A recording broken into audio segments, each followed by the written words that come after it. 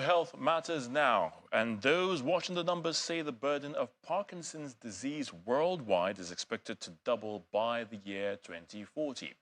With that in mind, the Adewunmi Desalu Parkinson's Foundation has held its maiden symposium to seek stakeholders' cooperation on what will have been the man's 80th birthday.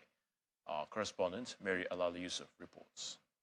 In this hall is a mix of people living with Parkinson's, caregivers, doctors and well-wishers. The meeting begins with a description of the man for whom the Adewunmi Desalu Parkinson's Foundation, ADPF, was formed after his valiant fight with the disease. His work was part of what was in the first Skylab that went into space. He was diagnosed with Parkinson's disease by a neurologist in July 2014. He had an altered gait, as in this way, muffled speech, and started shuffling his feet. He had balance issues and became prone to falls. The first speaker, who addresses the audience virtually, identifies some substances, one which has been banned, that bring on the disease. We're active in advocating against paraquat, various chemicals, trichloroethylene, and chlorpyrifos. And in the last 3 years, more than 20 countries have banned paraquat, but in the US, the EPA is still reviewing it. These chemicals are known to cause Parkinson's disease. We know that they do. It's not a question. We know that they do. The main speaker at the event gives an idea of how prevalent Parkinson's is in Nigeria and some of its features. As of 2016, the observed prevalence of Parkinson's disease was between 7 over 100,000 to, that is in Ethiopia, to 67 per 100,000 in Nigeria. I give you an example, like patient with arrhythmias, hypertension, today, hypertension tomorrow, today bradycardia, meaning low pulse rate, and then you have fluctuating, vital signs. Now, patient can actually have, like I said, increased sweating, and then that can actually lead to severe dehydration in some cases. On the real test, do you think you could pick that up for me?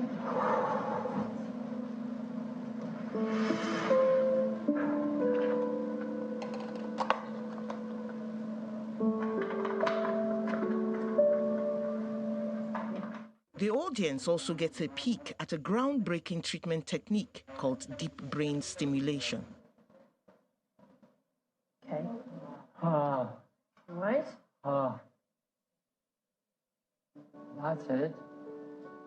Does that feel better? That feels good. Should we try and do these assessments again?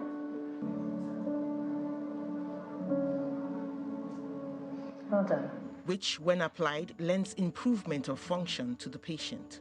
Thereafter, a panel of discussants examines challenges and possible solutions. There is that great challenge of attitude to religion, attitude to medication, attitude to taking your drug as such when necessary. Some people will say, ask me, why are you shaking? I've told you I have Parkinson's. You're still asking me, why am I shaking? I look at what this foundation has done. I look at their model, and I'm asking myself, this can be replicated, not just across Nigeria, but across Africa. Absolutely. Completely. It just boils down to a case of looking at the business model and making sure that it is sustainable. So it is on this that I would say to ADPF, let's have a conversation. Absolutely. There may be baby steps yet, but the BOT chairman has happy reminiscences of sweet victory. One of our members who came at 43, she'd been diagnosed with Parkinson's disease, I don't know how many years before that, but she was now practically immobile. She couldn't walk. Her children brought her in, practically carrying her. And within 4 weeks, she started to walk. She comes here, she gets on the treadmill, she sits on the elliptical machine, she carries weights, she does all the exercises they've asked her to do. She's in the boxing studio, she dances, and today she sat here on a panel, she's walking, she's talking better, and as her children said, she's cooking. Adewunmi Desalu was a famous engineer and mathematician with 2 patents who never gave up his fight against the disease for the 10 years it plagued him. The symposium comes to an end with stress laid on the need for earlier diagnosis, more awareness, and with promises of collaboration between the different attending parties. Mary Alale Yusuf, Channels Television News.